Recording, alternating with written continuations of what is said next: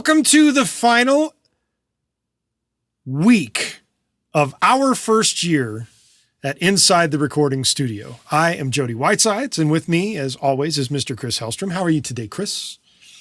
I'm doing good. Yes? Yeah, it just really kind of dawned on me again. It's like, yeah, this is sort of like the anniversary It's not here. the anniversary episode. Not the anniversary episode, This but it is the end of the year 52. episode. Next week's episode will be the anniversary episode. This is episode 52. We have done 52 of these in the span of 1 year. That's an achievement, man. That's an achievement. Yeah.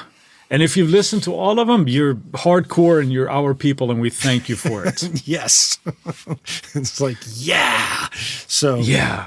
We have people. They're out there. Yeah. And one of them is going to actually get something next week, like announced next week. Yep. So if you are listening to this as a first run episode, we've been running a little giveaway, and next month we're going to run another one, but this is our very first one, and our first winner gets announced on anniversary episode number 1. So that's pretty cool. We don't know who it is yet because there's still a few days left, but you can still squeak in under the radar here, so come in. So not too late to enter. It's not too late to enter. Anyway, today we be talking about recording templates. Recording templates. Yeah. Ooh, look at that. We almost synced that. How about that? Go back and post. Yeah. Right. Well, we do a lot of talking here about obviously recording and stuff, but also it seems like when we're talking about templates and things in our DAW that the focus tends to be on mixing templates. Yes, mixing and mastering, but mostly mixing at this point. Right. But recording templates, I think, are equally important. They can be, very much so. Yeah, absolutely. So are you using them? Are you using writing and recording templates? Yes. He asked, not knowing the answer. Depending on what I'm doing, the answer is yes. Sometimes I am not using them, but more often than not, depending on the project, there is a template that has been created for that project and then gets reused because there are multiple things around that project that need similar sounds. And whenever I've got something that requires similar sounds, a template is made so that when I have to create the next piece of music that falls under the same vibe, that template comes open and saves me a good 10 or 15 minutes of setting everything up. Right. And that's a lot of time. It can be, yeah. So you don't have, like, when you just, hey, I'm just going to start writing, do you start with a blank each time? And really? Yeah, pretty much. Okay. I mean, when you and I write, we kind of mostly blank to me. I mean, it's not like it's heavily set up, but there are other times when it's just me and I'm coming up with the ideas and I'm like, you know what? This is what I want to work with first. And the main reason why I don't even want to go into that reason. Let's not, because we're not talking about why we're not using templates. We're talking about why we're using templates. So shut up, Joe, and let Chris move on. Well, because I tend to have templates for when no matter what, let's say I'm in writing mode and I want to get, something down, whether it's an idea or whatever happens. Well, it's usually an idea, isn't it? But a part or something.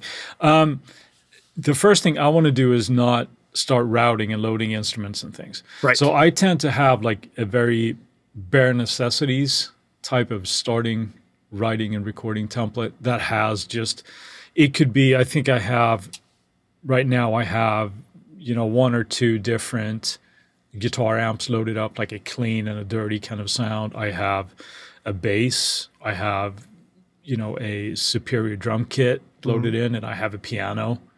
So whatever that part is, like I can just go in and start laying down stuff. And it doesn't mean that those are the sounds that are going to end up there at the end, but I just want to get going quickly.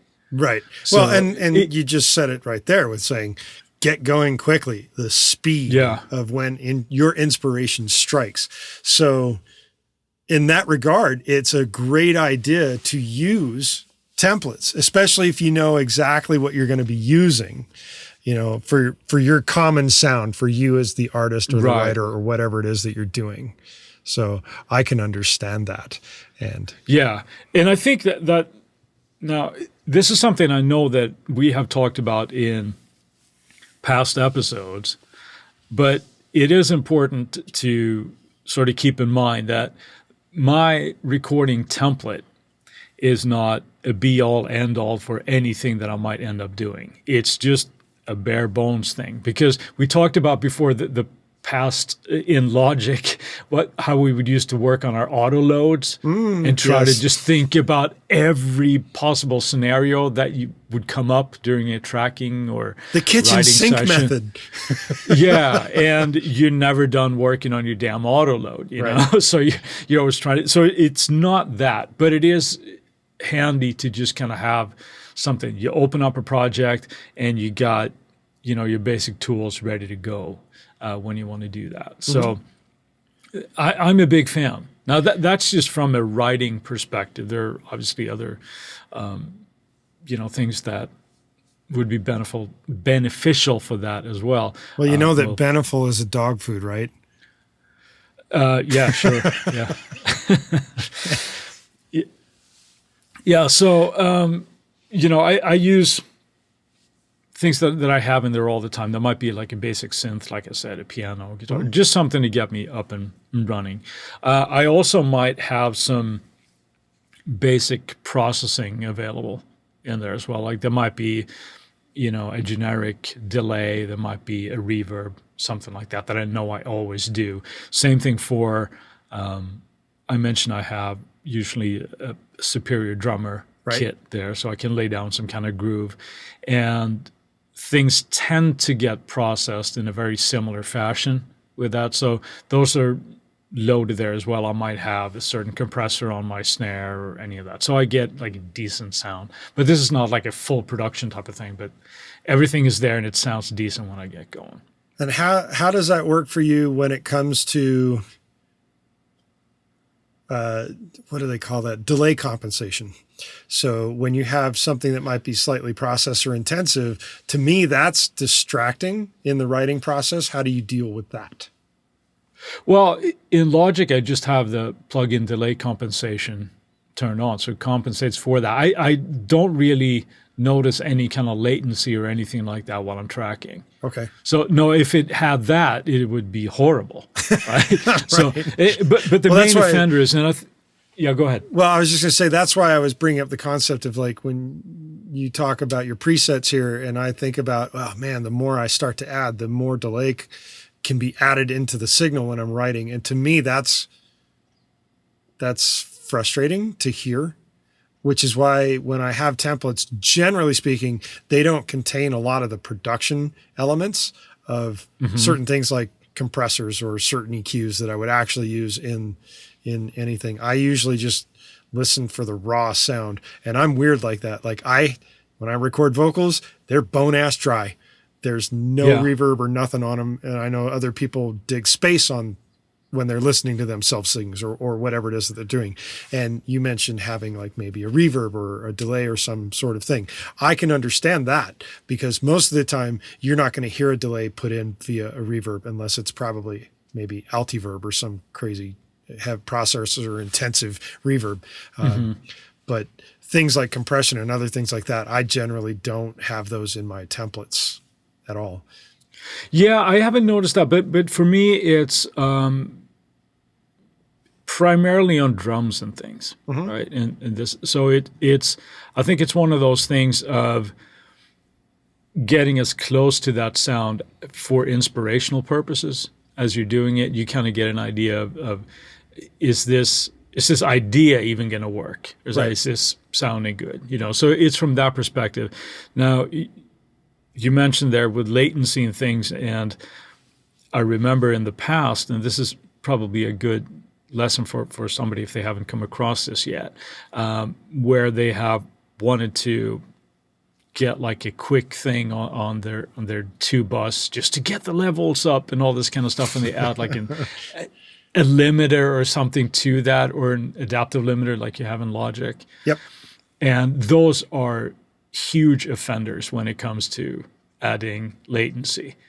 And then you go and track drums, like, why, or tracking anything, and then it's like, well, why is my vocal late? Well, don't do any processing on your 2 bus for this, because it will murder your timing, Murder. Yeah. It's things like that I will definitely stay away from, and I never recommend them at all.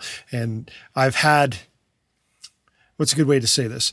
I have worked with artists who I've helped build templates for, because they have very specific needs for what they're doing when they're hired to record something for others, or if they're trying to get in, as you say, a writing mode, and they just want to be able to fire up their DAW and be like, yep, I'm ready to roll. I've got my audio interface turned on. I've got my DAW opened up, and I am ready to hit record and just start taking the ideas. And there's a lot to be said for that, because it does kind of get the DAW and the audio interface in your computer kind of out of the way if you have a template, a preset setup that you're going to use for whatever it is that you do. I just lost my damn train of thought. Damn it. But it had something to do with latency. And what I was going to say is that for me particularly, you have probably been the brunt of an experience on this with me. I can hear minor discrepancies, like say between the 32 buffer and the 64 buffer in most DAWs. I can hear the discrepancy for sure between 64 and 128, and anything that gets beyond 128, if I'm not recording at 96K, just drives me up a wall with its delay. And it's so minor that most people would never notice it, but to me, it drives me up a wall, and I try to not think about it and shove it to the side, but it's in my head sometimes. Yeah. So I try not to load up things in that regard. Do you think maybe that could be a psychological thing for you as well? No, like I said, yes, early on it was. Now it's like I try to put it aside and I just let it be. It's like guitar players that don't like working with amp sims because they claim it's not the real thing. Amp sims are fucking fantastic, and they're great for presets because you can load up, as you said, you can have your distortion sound and a clean sound, and you're ready to bing, bang, bong, go, and you fire up your DAW and you're ready to roll. And that makes it very simple because you're just plugging your guitar into a thing. You don't have to worry about miking it up or however it's going to go. And then you have a direct signal. And if you did an awesome job on your writing and you don't need to track it again, you can just borrow that track that's DI and go traipsing along into your mix template later. So, so I have helped others create templates for very specific needs. And generally when I create a template, it's for a very specific need. So that's one thing I would get out of the way with that is it's templates to me are very specific, need oriented. I don't just make. No, I mean, I do those too. And it's an important distinction as well, because if we have, let's say that you're writing orchestral music, if you have to start from a blank slate every time to set up your MIDI controllers for expression, and you have to load, God knows how many instruments with all the articulations that you need in your key switches and stuff. That's just brutal. Yes. So in those cases, obviously, if you go in, like you said, okay, load up my DAW, there's my preset, there's my violins, there's my violas, there's my woodwinds, whatever. If you have all that done, then you can just get down to writing and composing, right? You don't have to think, where was that? Where was that bassoon again? If you have it always set up the same way. So, and that's, just as a point of reference on this, like I remember being at a function, a dinner with John Swihart, who is semi-famous composer. I mean, he did some pretty big stuff. His real big claim to early fame, I would think, if I know his career a little bit, is Napoleon Dynamite, which a lot of people have a love-hate relationship with that particular movie. But we got on the subject about templates and actual computer platforms for that matter. And he was running PCs, and he said very specifically it was the reason why it had everything to do with his orchestral libraries, and his setup and his template in his DAW was so ridiculously large that it required having multiple computers to run his template. Yeah. And that just is like, okay, I'm sorry to hear that, but I understand where he's coming from. And it's like what you just said, when you got guys that are doing orchestral mock-ups, they've got giant rigs often. Although with the most recent Mac Pro that came out, there was a guy from Canada, I think, who does a lot of mock-ups for cartoons in the orchestral world of doing things. And he had a couple of Mac cylinder Pros that he was running that he was able to convert down to running one of the new Mac Pros. And he was able to run everything on one computer with a gigantic setup. So that was pretty impressive. So that's cool. For that kind of thing, you probably, when you fire up your machine in your morning and you're opening up your day to go work, you're probably going to go hit the start button, load up your template, and walk away and go get your tea while it loads, because it's probably going to take a little while. Yeah. Yeah. So, but even outside of the orchestral realm, both you and I do this when it gets time to do. Let's say, for me as an example, it's a couple of years ago now, but I was asked to write for a library, and it was going to be a collection of 80s sounding cues. Yes. Right? So I had submitted the first one, and they say, yeah, this is cool. This is just what we're looking for, type of thing. Right. So then I had a template. Then I know, okay, well, I'm going to use these drum machines type of thing, and I'm going to use this and that. And yeah, it's like awesome. Because now you have that. Now it makes it easier. I don't have to reinvent the wheel. It's not like you're taking like a paint by numbers type of thing. But if you know what sounds work, you have at least a starting point. So when you're doing any type of music where you're in the similar realm, it can give you a great starting point. Yeah. Well, and to follow up on what you're just saying, as we were kind of running through some notes ahead of time here, I mentioned that I had done a track for the Kardashians, of all people. Not specifically, they didn't call me up and say, hey, Jody, we need a track. But I have a particular track that I did that has been used prominently in many episodes of their long-running show. And I had a library come to me and say, hey, we want 10 tracks similar to that. So I used that, because when I created that track for the Kardashians, I just made it up. I wasn't thinking in anything, and that started from a blank slate. But when I was asked to do some more things in a very similar style, I pulled all the stuff that I did for that track out in terms of the actual recordings and used that as my jumping off point for all of the sounds that were used to create 10 more similar sounding tracks. Yeah. Not similar writing, but similar sounding. So it becomes that's where I'm talking about my templates come from. So like if I do something for the first time, I'm usually working blank slate, because I don't want to be encumbered by, I know this, I know that, I know this, I know that, and I'm just going to combine that. And then that becomes the quote unquote, I don't know, Jody sound or something.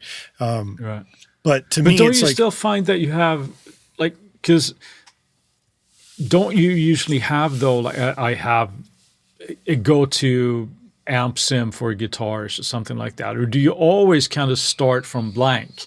I start a lot from blank. And then if I'm thinking about a particular sound or a particular vibe that I need, because I've created so many presets in particular instruments, specifically for guitar and other things, I will go traipsing through previous sounds to get something that I know is already there. And then if I need it, I'll bring it in. But until I've actually created something, like I said, I don't want to get into the reasons of why where I'm not using templates, but usually it's it's a first written basis. Often I am creating out of the ether because there's a specific vibe. And until I have that vibe created, there's no template per se. You don't, I got you. Yeah, no, I think that's a very valid point, because unless you have sort of like a specific thing, or like you, okay, let's say dumb example, but let's say that you're recording AC/DC type of stuff. Well, there's a very specific that going in Exactly. knowing that I know what I would already have in place before I'd even hit Right. that. But I'm saying that, so unless you're doing like stuff where it's specific like that, that's not a scenario when you're going to go, maybe I'll try a diesel amp on this. Right. Like, no, that's not going to be. Yeah, we're going to go for a D drum kit on this album. No, that's not going to happen.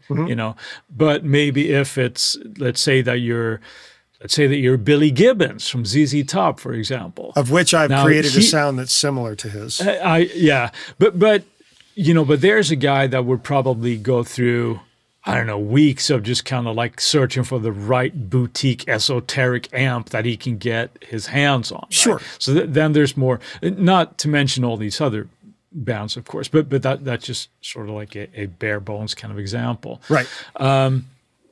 So you like to create the vibe first and then build around that. Yes. If you're starting from the scratch, you don't have like, okay, this is my basic writing template. Right. That is correct. That's why, I encourage people to have that. Like I said, I have helped others build writing templates and things of that nature. So there's nothing wrong with it. It's just for my own, like getting past the comment that you made earlier about when we used to create auto loads that we never finished and we're always tweaking. And it's like, oh, this is when I go into the studio today, I'm going to fire it up and I'm just going to rock and roll. So I got out of that mentality when I started creating so much different kind of music for people for very specific things. And then now it comes down to, if it's something brand new that I've never done, then I start with a blank slate, and I don't necessarily recommend that for everybody. It's just the way I do it.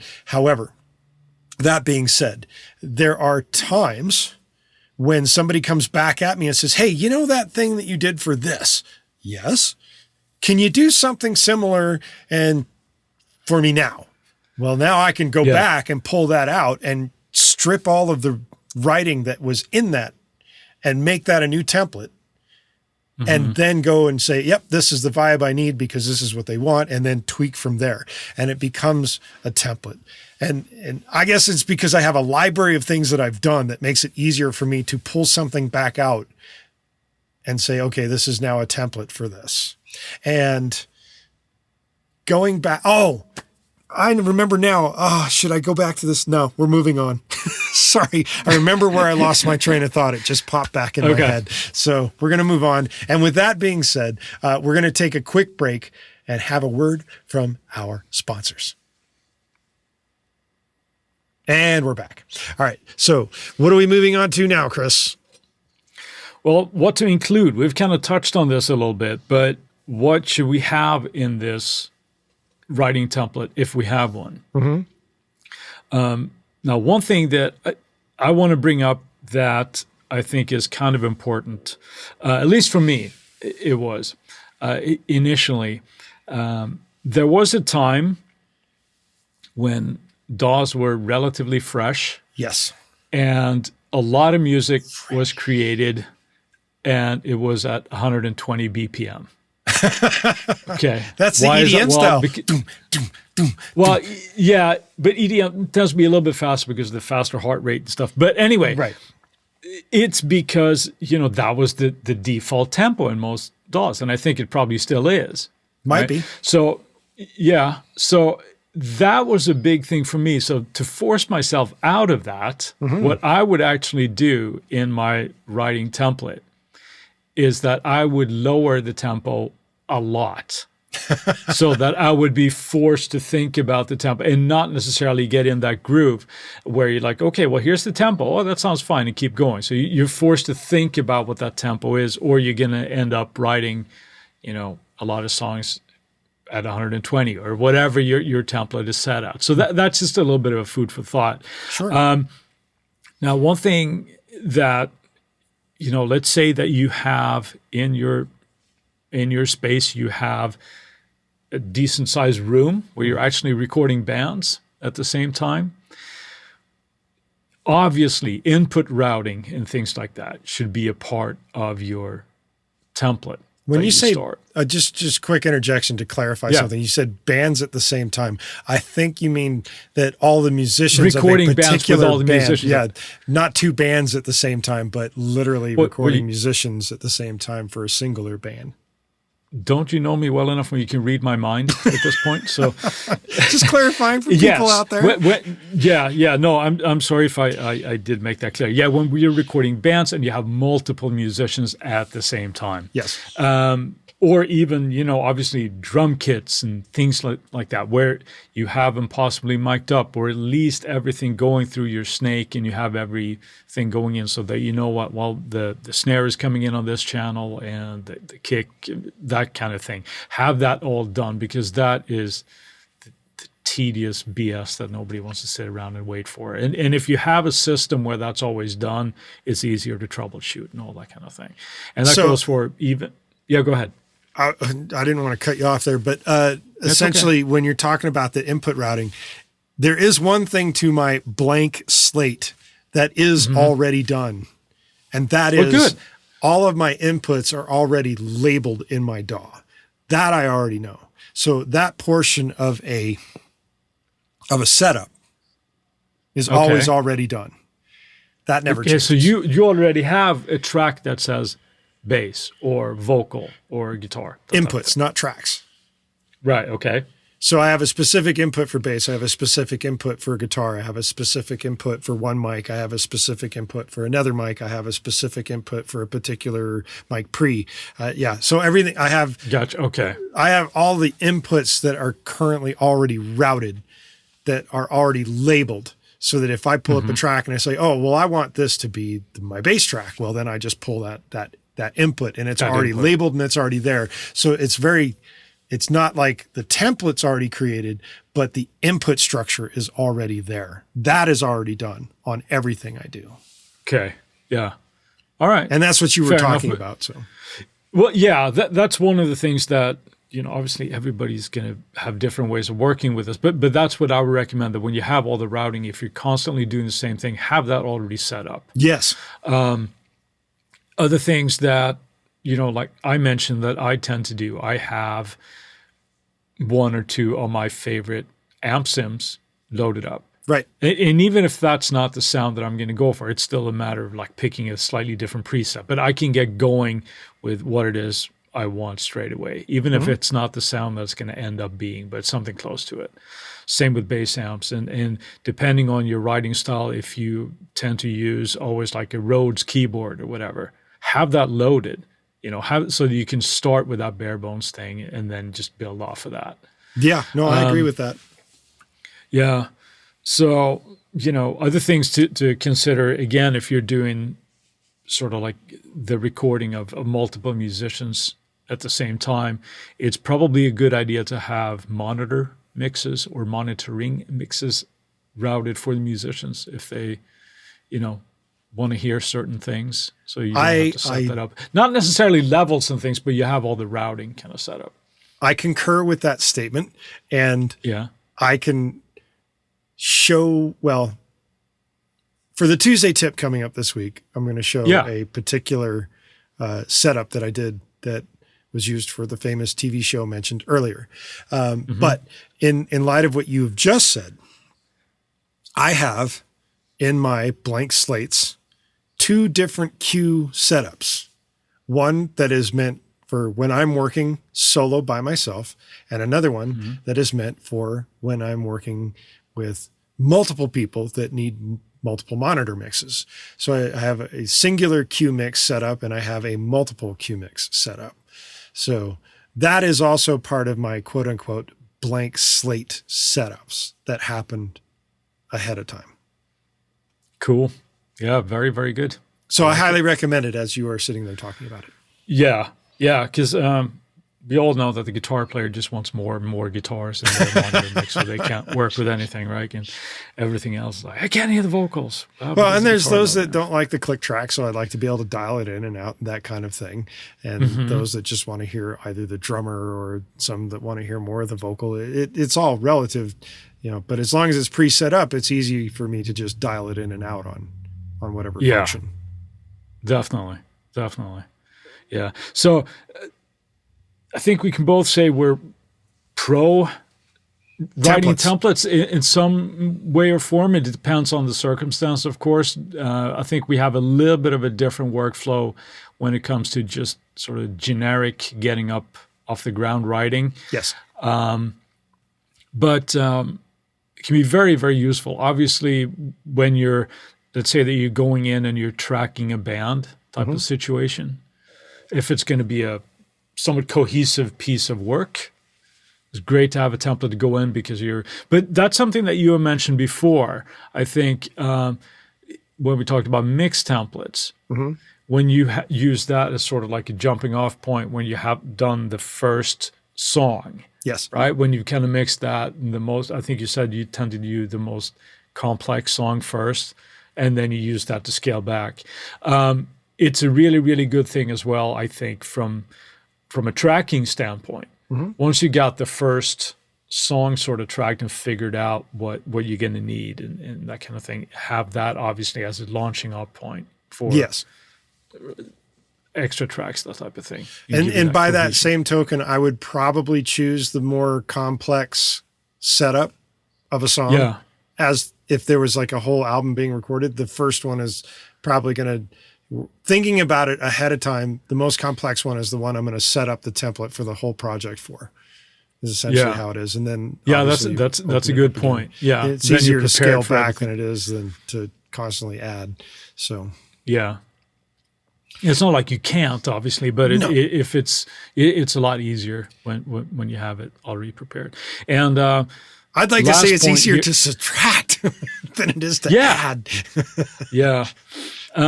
So they can be very helpful.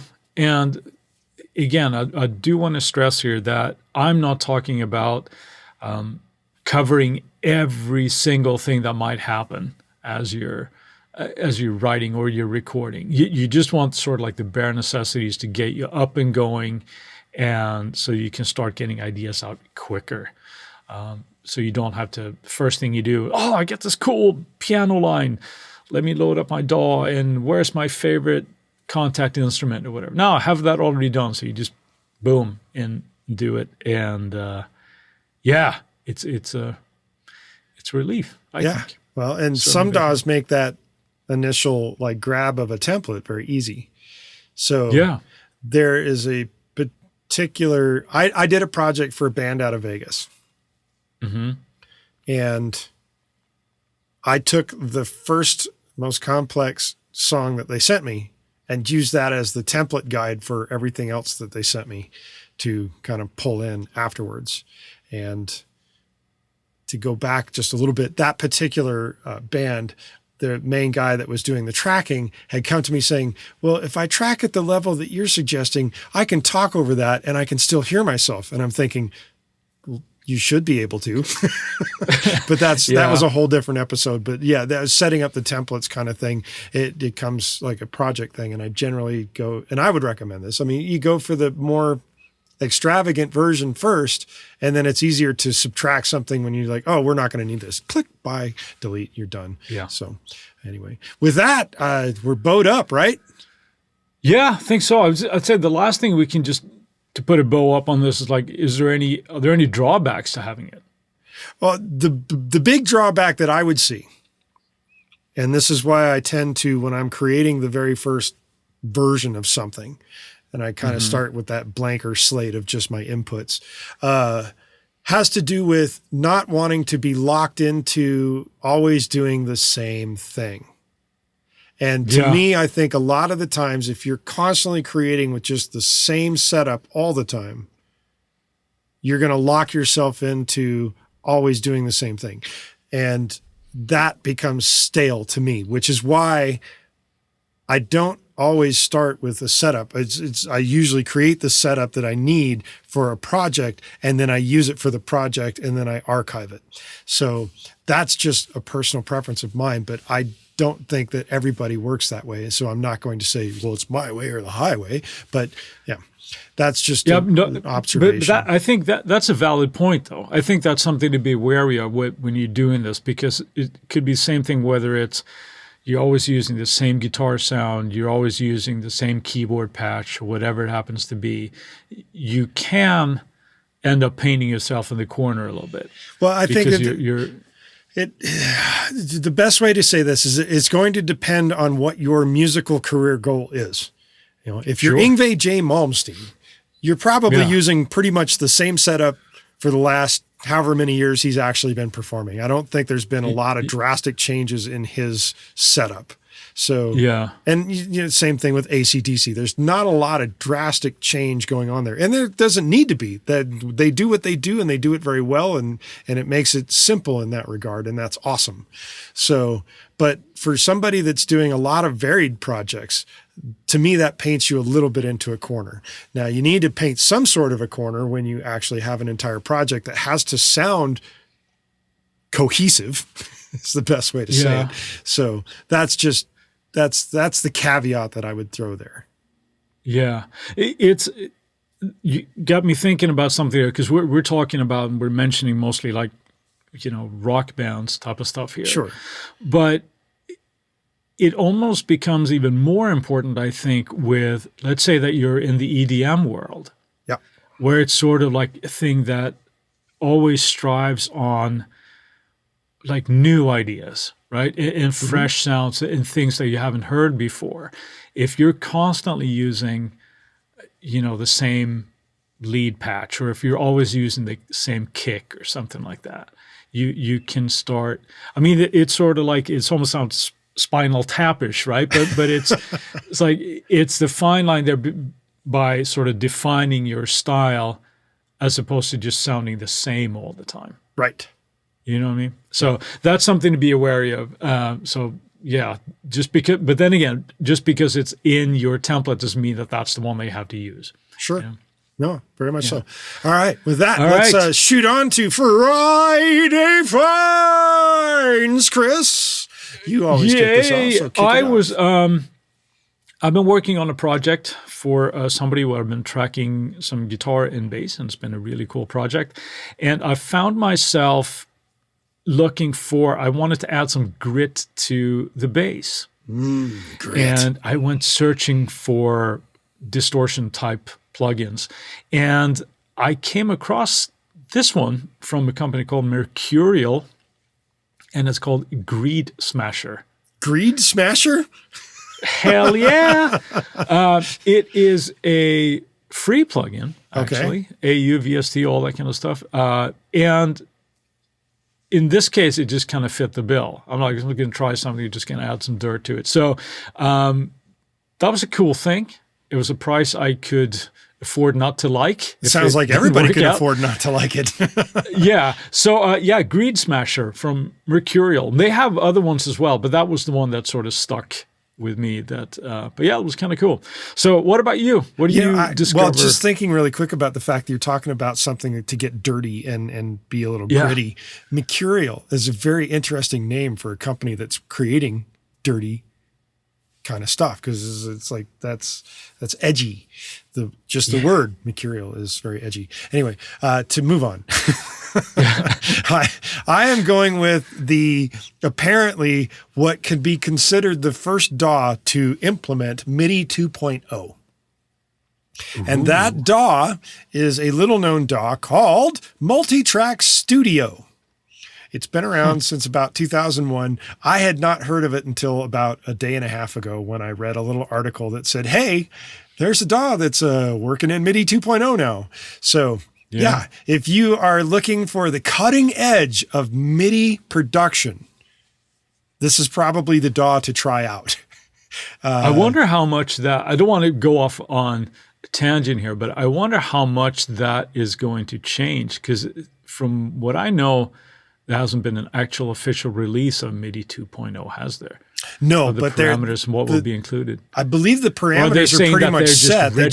They're ready for it, and they're actually, I guess, internally producing the MIDI 2.0 functionality as it is now, with whatever it is they're doing. But my understanding is that MIDI 2.0 is like pretty much ready to pull the trigger. It's a matter of all the manufacturers starting to jump on board to implement it. So this company has been the first. They just, That's Good on there's them. They have two price points. There's one for $69 and there's another one for $119. So it's multitrackstudio.com. Pretty much the name of the DAW and their website, and that's that. So there it is. That's my Friday find for this week. All right. How's it? Bone up on that. Read up on that. Yes, sir. All right. With that, we are still hopefully having your attention at this point. We would like to ask you to go to the website and sign up for our email list. It's at insidetherecordingstudio.com. There are pretty much email sign up things on every single page. And of course, doing so gets you more knowledgeable about Chris and I, because we talk about some people that we know, or the things that we know and the people we know. And in addition to that, we keep you up on weekly things of like what just happened on the podcast and the Tuesday tips so that you can always be informed. In addition to that, if you send us an email at goldstar@insidetherecordingstudio.com with the phrase recording template, you might just get something back in your inbox that might be fun. If you have a topic of suggestion for us to explain in a future episode, you can contact us at the website on our contact page, and we will put it into rotation for future consideration. And with that, I will say sayonara. See you next week, everybody. Have a good one, Jody.